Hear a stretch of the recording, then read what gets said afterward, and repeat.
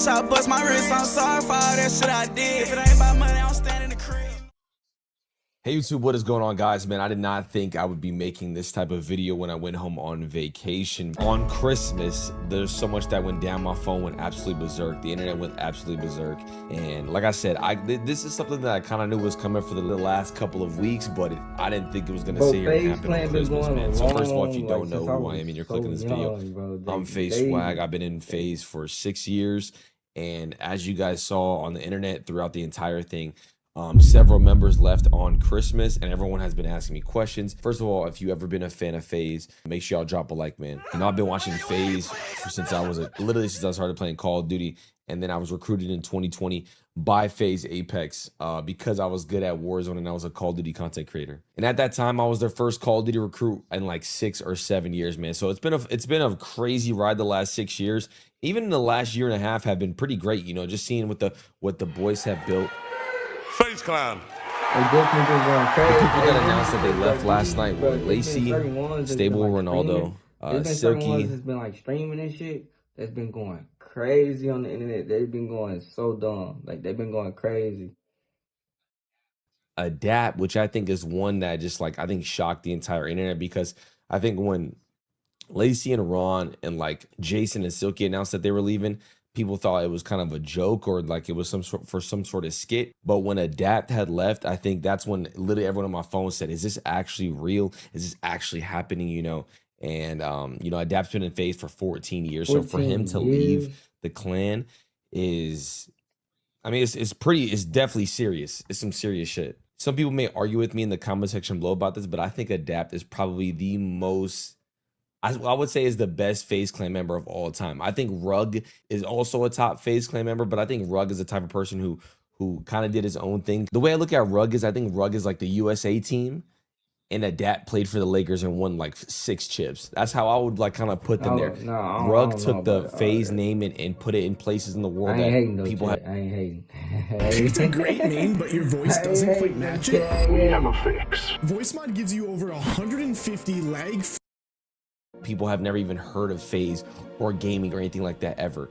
But Adapt was really in LA grinding in the heart of the organization, and he is the funniest, most genuine person I've ever met. He's genuinely the most funniest person. Everything you see on stream with Adapt is exactly how he is in person. Even if we're just eating a sandwich, bro, he's just cracking a joke and just laughing and just being goofy.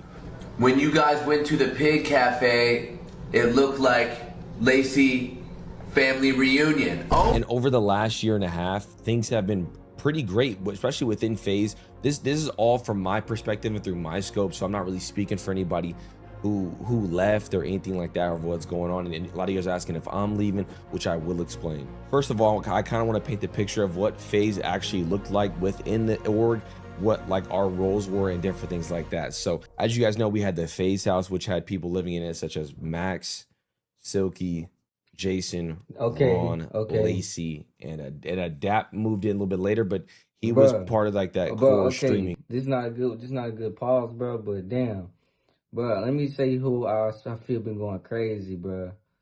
This nigga name, what's his name? Lacey, right? Lacey right here. Rage for show. Jason. I think that's what he said. Jason, that's his name. Silky and Run. And PlaqueBoyMax, bro. They've been going crazy.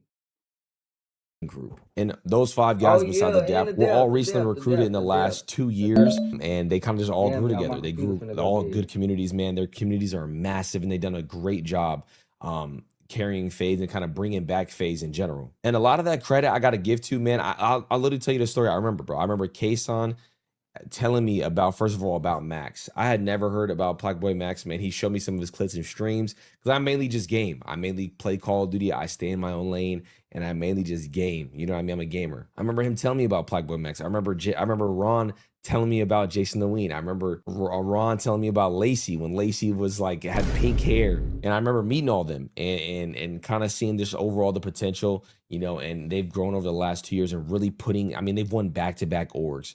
for Faze Clan. So they've done a great job. And I can really speak to their just character and just overall when it's off camera. At the weekly Faze shoots, which was what I would always go to, and I would go to the house sometimes, they were all just cool, very chill individuals who just genuinely wanted to succeed together. They always plan things together, and they care so much about the brand. There was a clip of Ron, I would say a couple months ago, about him, never wanting to leave Faze Clan. And that was facts. And Ron definitely felt some type of way as far as never wanting to leave. So you obviously have the core people that lived in the house that we would shoot YouTube videos. Because I'm in LA, I would come to the video shoots. And again, this is through my perspective. So they obviously had the house all together making content. We would do video shoots. I live in LA, so I would literally go to the LA shoots that were probably 20 minutes away, hang out with them. We would shoot like 2 or 3 videos, and then we would go our separate ways. A lot of people would ask why I don't live in the Faze house or different things like that. Look, I'm a little bit older than all of them. I'm 29, about to be 30.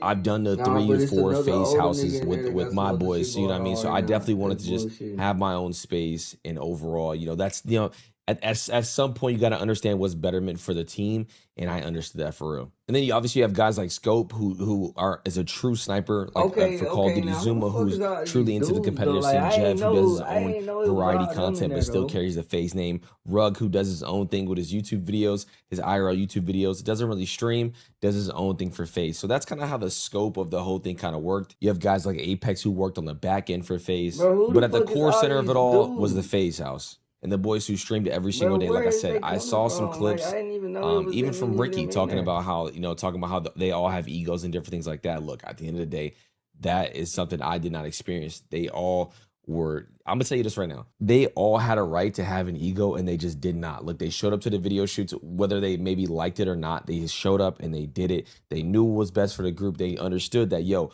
we got to do content together. Even like YouTube video content, you gotta do the extra stuff to continue to push the brand. So as far as their character, different things like that, I mean, for them being 21, 22, averaging, you know, I saw Ron. I'll tell you like this, man. Ron is so funny. He built a slide in the back of the Faze house, 35,000 viewers, and he would show up. Ron would be the first one to the video shoots. Let's say we had a video shoot at 9 o'clock. Imagine being able to build anything just by thinking about it. Meet Base 44, a complete... Ron would be there at 8:30, 8:15 on his phone, sleeping, ready to go. That's how I knew that these guys genuinely just didn't have egos like that. Ron was there every single time early. So as far as attesting to the character, I just truly disagree with that. This is kind of one of those situations where I think history just kind of repeats itself. Now, a lot of people are sitting here asking as far as why I haven't left, in a sense, or, you know, why I'm not leaving along with him. I think for me, it's a little bit different. You know, that situation has been building up, especially at the Faze house, for a little while now. It's unfortunate to say, right? And I don't want to be the one that bear bad news, right? But this whole Faze thing, it's going to come to a halt very soon once the pressure has turned up. Because reality is, you guys have no equity in this, right? You're under no contract. X, I'll be surprised if this shit lasts another year. We're not even talking about equity. For me, I had kind of worked out as far as like maybe with the higher ups for Faze. What the fuck y'all expected then? If they going around talking like that, like, damn. Y'all listen to them. In this, right? You're under no contract. X, I'll be surprised if this shit lasts another year. We're not even talking about equity. For me, I had kind of worked out as far as like maybe with the higher ups for Faze, my role and what I was doing. Surprised if this shit work out another year. And what I was comfortable with, and I was set, you know, for the last couple of years. And for me personally, I was just telling my manager this. I think, you know, Apex recruited me. So for me, I think whenever Apex calls it quits or Apex says he's no longer associated with the Faze brand, I think that's when I would step down. Because at the end of the day, you know what I'm saying? I feel like it's maybe you guys, people can understand it's a little disrespectful, you know, if Apex recruits me and then I just slide. If I was the moon, would you still look for the stars? Only if you would promise me to shine forever. But what if I can't shine